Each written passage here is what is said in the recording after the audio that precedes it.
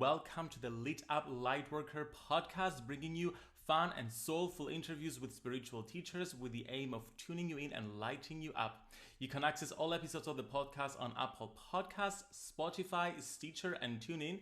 And be sure to subscribe to my YouTube channel for more videos and interviews all about finding and following your life purpose. My name is George Lizos. I'm a spiritual teacher, intuitive, the author of Be the Guru, and the #1 best-selling Lightworkers Gotta Work. And today I have with me Kevin Wathey. Kevin Wathey is the founder of SYNCHRONICITY, an entrepreneur, international retreat leader, and sought-after 7-figure business coach. He's the founder of SYNCHRONICITY, a company created with intention and a mission to empower individuals and businesses to achieve their true potential through their courses, trainings, retreats, and events that span the globe. Kevin, welcome to the Lit Up Lightworker Podcast. Thank you, George. Thank you very much. It was a pleasure to be here. I'm so happy to have you here to talk about something that I'm so passionate about, which is helping spiritual people, light workers, wellness interested and awakened people to turn their passion in spirituality and wellness into a business. However, as I've chatted with so many light workers through the years, I realized that many of them are afraid of the word business, or they think that marketing is just evil because they've been seeing all these patriarchal ways through which business has existed over many years. And I'm really passionate about helping them break through these limiting beliefs and their fears, and I believe you're the perfect person to help us do that. So I wanted to get started with a term that you mentioned when you had me on your podcast, which is an impact-focused entrepreneur, which I find so exciting. So can you please let us know, what does it mean to be an impact-focused entrepreneur? Absolutely. And I think to kind of fully explain and fully peel back the layers of what this actually means is what we need to first do is we need to define business.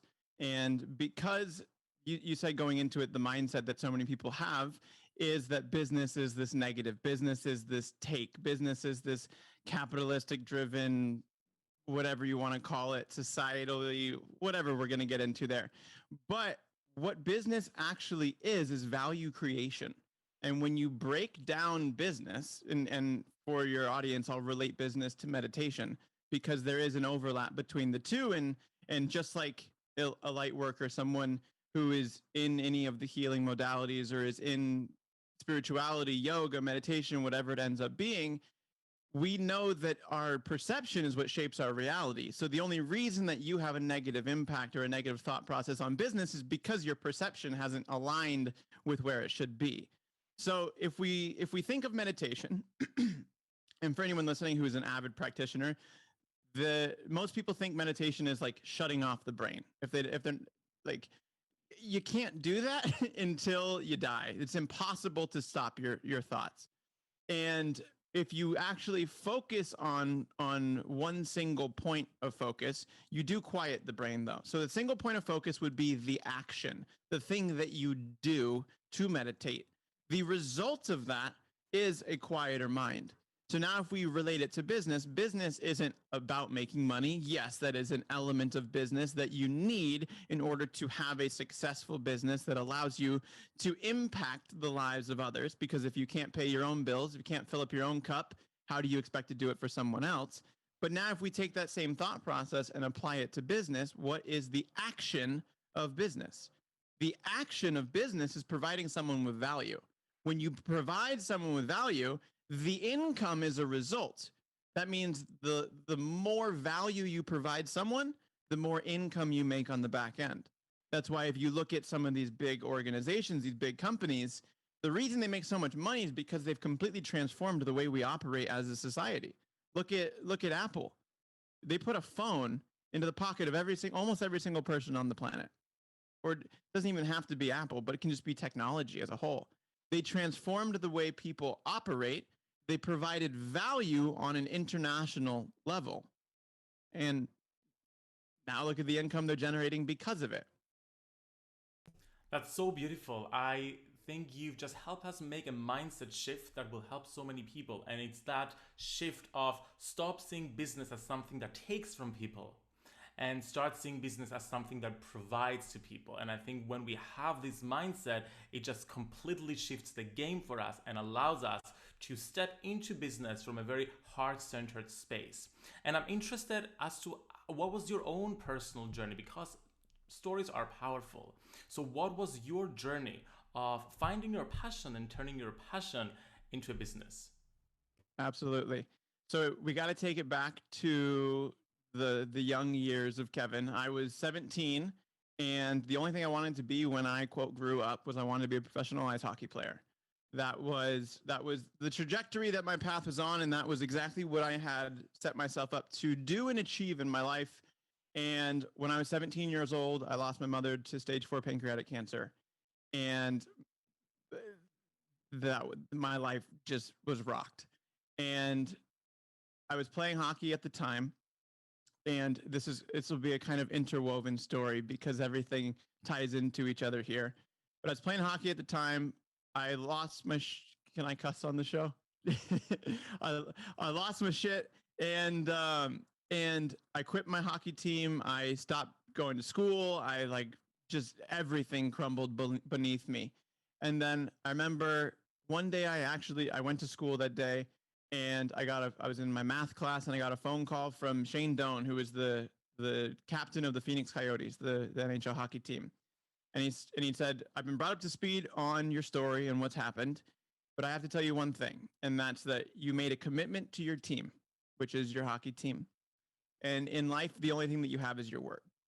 So if you can't remain committed to what you say, there's no point of you doing anything else ever again in your life, because no one will ever be able to count on you. You can't count on yourself. So finish out the season, finish out the commitment you made to your team, and then do whatever you want." The last part of that season was the best I'd ever played hockey, ever in my life. I went on to play 2 years of junior hockey, which is kind of semi-professional. It's like an intermediary step between either going Division I college or going to play pro. From there, I started acting professionally because, again, I was in a negative place. So I was looking for alcohol, drugs, partying, girls. Like, that's where my mindset was. And when I didn't find it through sports, then I went and sought out the next best thing, which was acting, or so I thought. And around that time, my dad gave me an ultimatum. He goes, "You either need to go to school and get a degree, or I'm never going to help you again in your life." And I was like, "All right, I'm going to go to school for theater." So I got a bachelor's in theater, and I studied psychology at the time. But the real tipping point was I did my undergrad in 3 years. And my second year at university, I got asked to go perform in Bali, Indonesia.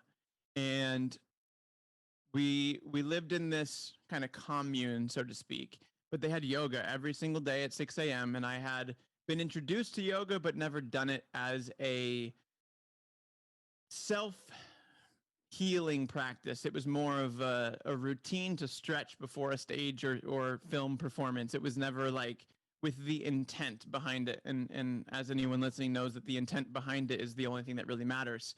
And went every day, and somewhere around like the 2-3 week mark, I was coming out of Shavasana, and I broke. Like, something inside of me shifted. The world looked differently. First I cried for like 2.5, 3 hours. And then something inside of me just like felt again. Like I felt like I was allowing myself to experience. And after that point, I flew back to the States, landed in LA, and was like, all right, well, I need to find more people like that. More people that I was just surrounded with. I enrolled in my 200-hour yoga teacher training, and I was finishing out my final year at school, and I graduated from school with my 200-hour at the same time. And the very first step was I went to work corporate, and that was kind of the first path that I went down. And when I first started working corporate, I thought, like, this is great. Now I'm making money. I'm enjoying my life a bit. But as with most things, things get worse before they get better. And because I was allowing myself to experience more and open myself up to emotions that I had repressed for such a long time, because through yoga, I actually got worse before I got better.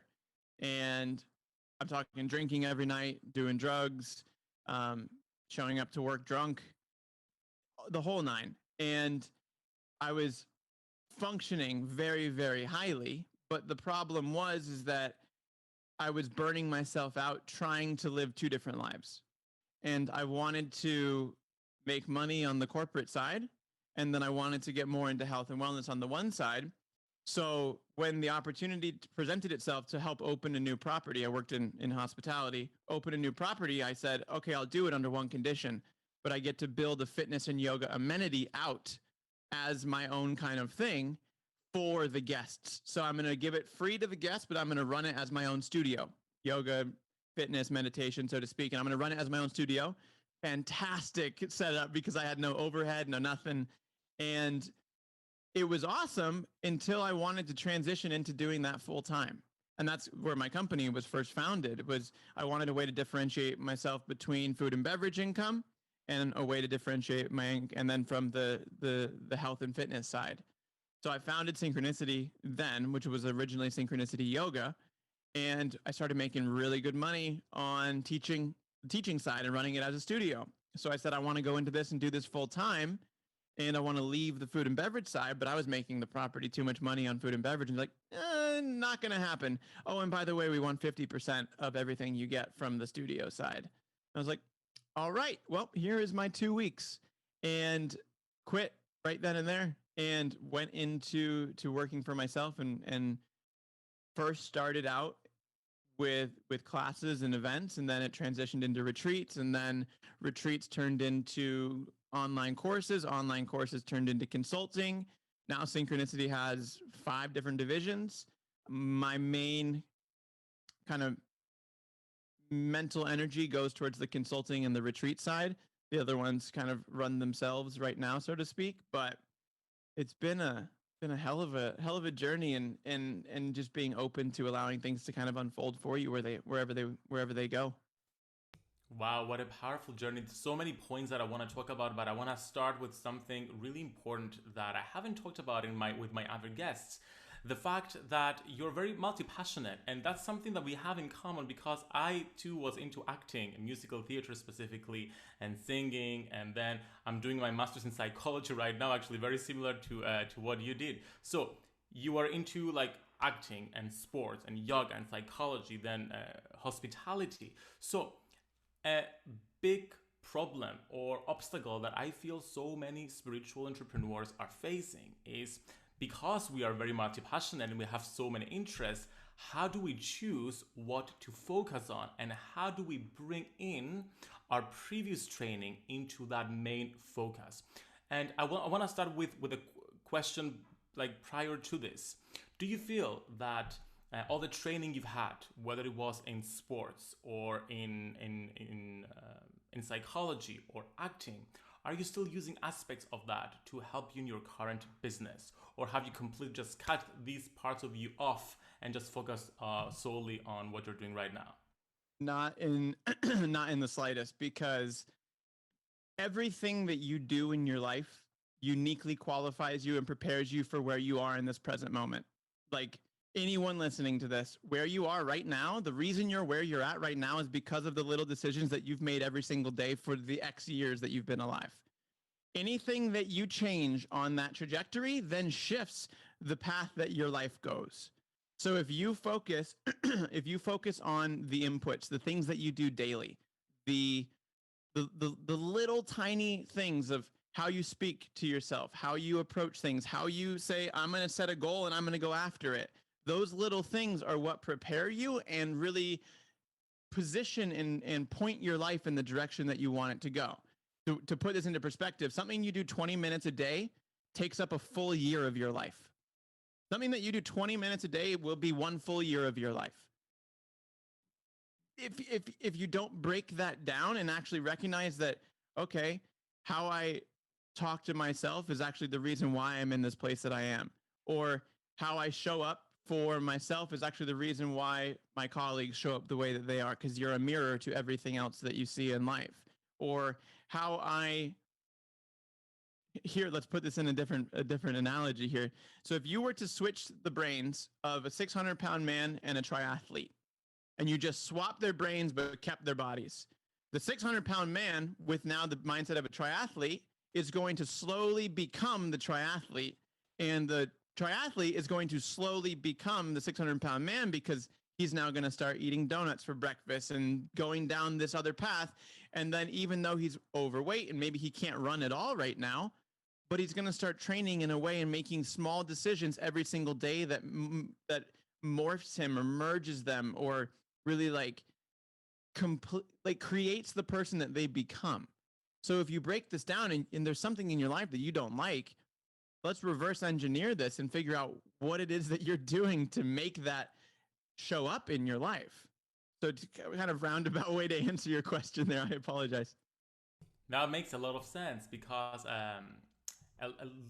many people within my community are trying to find what their life purpose is. And they're like, oh my God, I've wasted so much of my life just doing stuff that are not in alignment with my life purpose. And I'm like, not really, because everything has prepared you for this moment exactly as you're just saying right now. So with regards to, let's just switch, change gears a little bit. With regards to the mistakes that you see wellness and spiritual entrepreneurs make, because I think we're quite different from traditional entrepreneurs in the sense that we're more sensitive and we're more conscious, we're more aware, we're in touch with our emotions, and therefore we feel more. And therefore the fears and the limiting beliefs we have are somehow different from other people. Or what is your opinion around that? What is the number one obstacle that you see wellness and spiritual entrepreneurs have that prevent them from getting some traction with their business or even starting? I think the biggest thing is a pro and a con in and of itself. Because they're more open, because they're more in touch with themselves, and because they say they feel more, either that could be truth or it could be just something they tell themselves. Either way, it's something that they're telling themselves, and because of that, it's a pro and a con.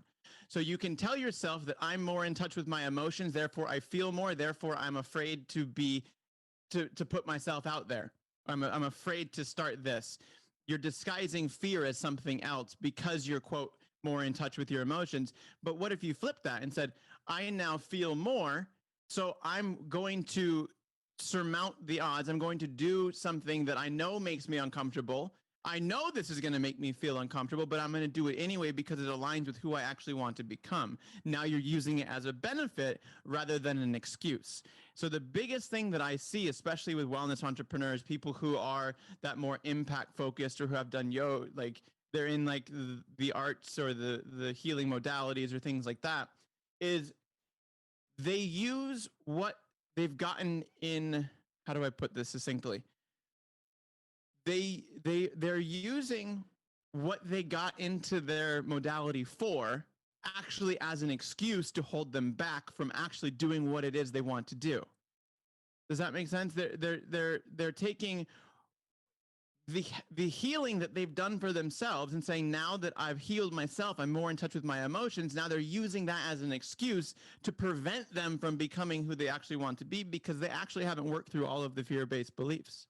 That makes sense. And I'm being reminded right now of one limiting belief connected to what you just said, which is fear of charging for what we're worth. Like, we're doing all this healing work, we're empowering ourselves, but when it comes to charging for what we do, we start feeling, oh, you know what, it's not okay for me to charge because of the sensitivity, because of the feelings, because of whatever limiting beliefs are behind that. So in your experience, how do we overcome the fear of charging our worth and trusting that people want what we have to offer? Well, let me ask you this: what is money? Like honestly, like how would you define, George? How would you define money? I would define money as exchange of energy, exchange of value. So if I am providing value to you with my presence, with my understanding, with sharing tools and processes, then there should be an exchange of that to make up for the energy I've spent. So then if currency is value, currency is energy, therefore the perception that you put on something is dictated by the perceived value that you then add on to it. So if you perceive that you cannot charge for something, you're now devaluing that thing in the mind of your potential client. And if you're devaluing that thing in the mind of your potential client, they're not going to get the same benefit from it. And they're going to go somewhere else where someone doesn't have that limiting belief, who does charge them, and now they're going to see results. One of the biggest things that I've seen and help clients overcome is that own limiting belief. And when they overcome that and start charging, their client success goes through the roof. They start getting more testimonials. They start saying, oh, I helped this person accomplish this, this, this, and this. Well, no, you didn't help them accomplish anything. You helped them understand that they had the power themselves to accomplish it by helping them remove their own limiting beliefs. Because if you break it down, and let's go to the perceived value for a second, Stanford did a study where they gave two groups of people, they took them to dinner, quote unquote, and they gave them two different bottles of wine. They told group A it was a $5 bottle, group B it was a $90 bottle. What they didn't tell them is it was the same bottle of wine for both sides. But guess which group said they enjoyed their meal more? They had better conversations. Everything was more fulfilling. The person who said or thought, again, perception, that they were drinking more expensive wine, therefore they were supposed to have a better experience. If you relate this to, I give you the example out of an airline mechanic. So airplane breaks down. They know they're burning through money sitting on the ground, so they call in whoever the mechanic is. The guy comes out, walks around the plane, inspects every inch for like 5 minutes and goes, oh, there's the bolt that's missing. Let's screw that new bolt back on. And then goes, okay, cool, that'll be 10 grand. You go, what are you talking about? You said that you just fixed the bolt. Like, why would I pay 10 grand for a bolt that you could get from the hardware store that probably costs you $100? If it's an airline, it probably costs you $100. I don't know. It's because they're not paying for that piece. They're paying for the expertise of what's uniquely qualified him to do the job that he has. So that's a very physical example. But now if you take spirituality, you take yoga, you take meditation, you take light working, whatever you want it to be, you've uniquely prepared yourself in order to help someone overcome something. Therefore, any perception that you have that is a limiting belief in and of yourself is doing your clients a disservice. And it's because of your own perception, not theirs. 100%. For example, when I'm giving a psychic reading, people are not just paying for that hour. They're paying for the hour of spiritual practice that I had in the morning and the years of training that we've had.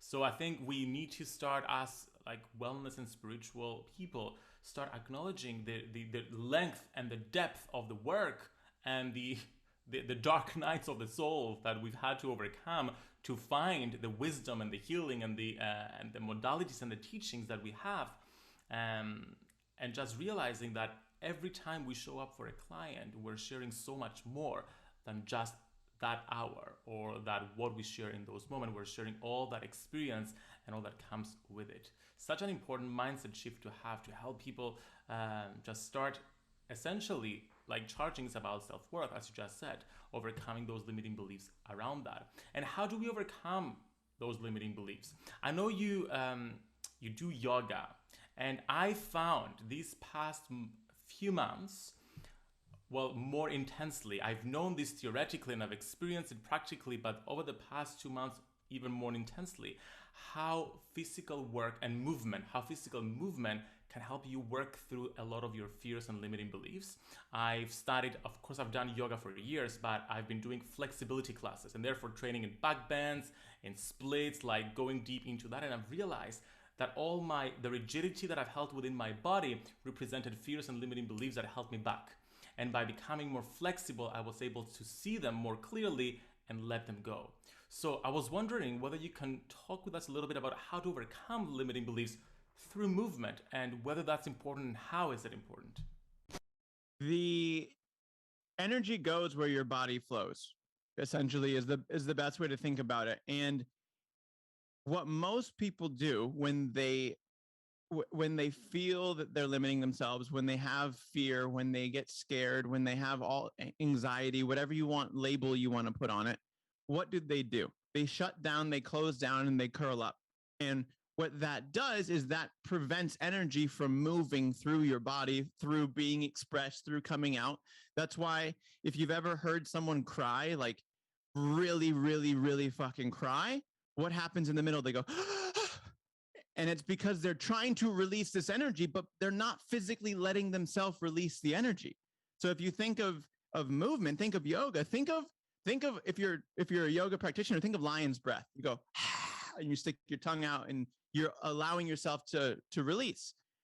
think of an actual lion. A lion hunts, a lion kills, and before it eats, it roars. Why does it roar? Because it's releasing all of the built up tension in its body before it consumes its meal.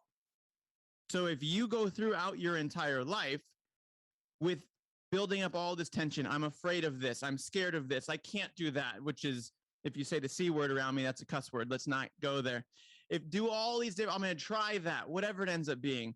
Those are all things that you're limiting yourself and you're shutting down, and therefore you're repressing and storing in your muscles.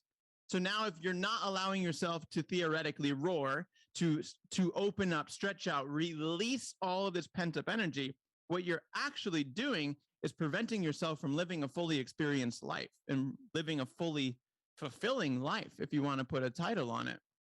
And so step one is you are an aware being. That's the path that you're going down. Recognize that your belief that you don't move, that you don't work out, that you don't do yoga, that you don't, whatever it ends up being, your physical practice of it, that's a limiting belief in and of itself. And if you're on this path, supposedly that you're here to help others work through this, you need to be the bigger person yourself, and you need to be willing to work through it yourself. Because if you can't let yourself release this and express this and be this way, how do you expect to do it for a client? And if you can't do it for yourself, again, going back to, you can't fill up someone else's cup if you can't do it yourself. Thank you so much for sharing this. That was such a powerful analogy. I got goosebumps when you talked about the lion. I didn't know that lions do that, and it makes so much sense. And like nature does it so effortlessly, and we are part of nature, but we forget it. So I think movement and yoga and all these different like movement related spiritual modalities can help us access that innate nature that allows us to release tension and heal. And I would like to end this conversation with let me add one more thing to the lion analogy, because you can if you Google or if you go on YouTube and look up a lion roaring, you can see it running, and you can see the striations of the muscles in their legs, and all of this can get a little graphic depending on what videos you're looking at. But once you see it, then they roar, then you see all of the striations release. You see like this like very supple muscle release. And if you think about it from like a weightlifting standpoint or from like a sports standpoint, what are you doing? You're consistently stressing the muscle to build it. But if you don't ever fully relax and release, you're going to get injured. So if you're building up your muscles, then you limit your mobility, your range of motion, because if you're not actually then releasing that tension, you're causing it to get stored in the body. So what you actually need to do is balance on the macro. I'm a very much like 0 to 100 kind of person. So it's rather than balancing on the day to day, I'm very much of let's balance on the macro kind of thought process. I see this a lot when I work with people who have trauma. When people access a traumatic memory, their body takes the position that it had during that memory. So, for example, I was working with a lady who had experienced some childhood sexual abuse, and while she was talking about it, she was like this. And I'm like, notice your body right now. What is it doing? And she's like, oh my God, I didn't realize that I was like, first of all, tense. And second of all, taking this position. I'm like, okay, now try relaxing it and opening up and think about that specific memory again. And you communicate to your body, you know what? That happened in the past. It's not happening right now. So there's no reason of holding in that same stress. And same thing with your voice too. If you experience a traumatic event like that as a child, a lot of people withhold the tension in their vocal box and their vocal cords, and it could be 20, 30, 40, but they still sound like a child when they speak because they've kept that tension in their vocal box when that traumatic event happened. I found while I was like in my acting experience that I find acting very therapeutic, because when you get into different characters and you're forced to speak in a different way and express yourself in a different way, sometimes you access stuff and you have to do the inner work. Have you found that yourself while you did that? That was one of the biggest reasons why I got so drawn into acting, was because it was cathartic for me, and it allowed me to release. In essence, it was a selfish release. It allowed me to release built up tension, but as someone else, so that I didn't have to fully experience it myself. But at the same time, I never then fully worked through the events that had happened to me in my life, because I was releasing it. But not working through it as myself. I was working through it as whatever character I was then playing. Yes, you compartmentalize essentially to some degree, and you got some of the benefit, but at the same time, you hadn't like fully owned it until you actually faced it and did the inner work. Makes a Mm-hmm. lot of sense. So I would like you to end with your number one tip or strategy, or even a principle that you have when it comes to running an impact focused business. Like, what is that one thing that if we focus on, it's gonna help us create maximum impact? It's going to be a twofold thing. So if you break down business, and if you've heard of the 80-20 principle, so 80% of your work is 80% of what you do dictates 20% of the output, and 20% of the work you do dictates 80%. So the first part is to recognize that business is 80% mindset, 20% systems. And we'll come back to something in a second. But you can now take that 80%, that 80-20, and recognize that it compounds upon itself. Therefore, 4% of what you do dictates 64% of the output. So what you first need to do is you need to find the 4%. What is the 4% that you need to do every single day that is going to generate 64% of the output of what it is that you're doing? Focus on that. You're going to leave everyone in the dust because everyone's trying to do 10% here, 5% there, 20, 20, 20, 20, and however it ends up working out.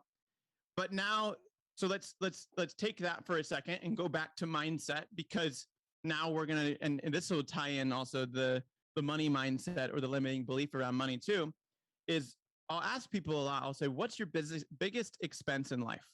And they're going to say, my car, my mortgage, my kids, my wife, whatever it ends up being. And so I say, what I want you to do is I want you to, on the top of a piece of paper, I want you to write out your ideal income. Like if you could make whatever it ends up being, write out your ideal income. Then I say, right below that, write out how much you made last year. Okay. So for sake of numbers, let's say your ideal income is 250,000 and you made 50,000 last year. So now subtract that, we're left over with $200,000. $200,000 is your biggest expense. And what that is your inability to understand something or to have the knowledge in order to make that much money. So your biggest expense is therefore your mind, because you don't have the knowledge to understand how to make that much money. Most people confuse it because they say, I'm going to stay in this job. I'm going to do this. I'm going to do this. You can always make more money, but you can't make more time. That's the only thing you can't. Time is finite. Money is infinite. When you understand that money is energy and you're able to tap in and be in alignment with that flow of energy, you start to make more. When you start to make more, you start to add more onto your plate. Now you've got to learn to delegate and free up more time for yourself. But if you ever break it down and you say, I don't know how to do this, I don't know how to get here, I don't know how to make that much money, the lack of knowledge is your biggest expense. So to answer your question, the number one tip would be to find the 4%. Do that exercise right there. Break down what it is that's holding you back, and then go get the knowledge to compound upon that 4% in order to take you where you want to go. I love this. And I love that you talked about finding the knowledge to getting there, because so many people are just, they hold themselves back from taking action and getting out of their comfort zone, trying something new, learning something new, and moving forward. And it sort of reminded me of the opportunity cost, like what you're missing by not knowing what you're missing, essentially. Kevin, thank you so much for coming onto the Lit Up Lightworker podcast and sharing all your fabulous wisdom and tools with us. That was so enjoyable, and I'm sure we helped so many people overcome some fears and limiting beliefs and break through and launch or grow their spiritual and wellness businesses to become impact-focused entrepreneurs. Can you please let everyone know where they can get in touch with you and how they can work with you? Absolutely. And George, thank you. It's been a pleasure diving into another conversation with you. If you are interested in all things myself, my blog or podcast, you can go to kevinwathey.com. And that's where you can also see the episode where I had George on my podcast as well. And if you're interested in more of the consulting, retreats, events, media buying, things in that nature, or building up your own kind of online course creation and rolling that out and building an online business around around being a light worker, around actually taking your passion and making your mess your message, but turning that passion into purpose. You can find that at synchronicity.biz, B-I-Z. Thank you so much, Kevin. And of course, all the link will be down in the show notes for everyone to access. Sending you so much love and wishing you a wonderful rest of your day. George, thank you very much.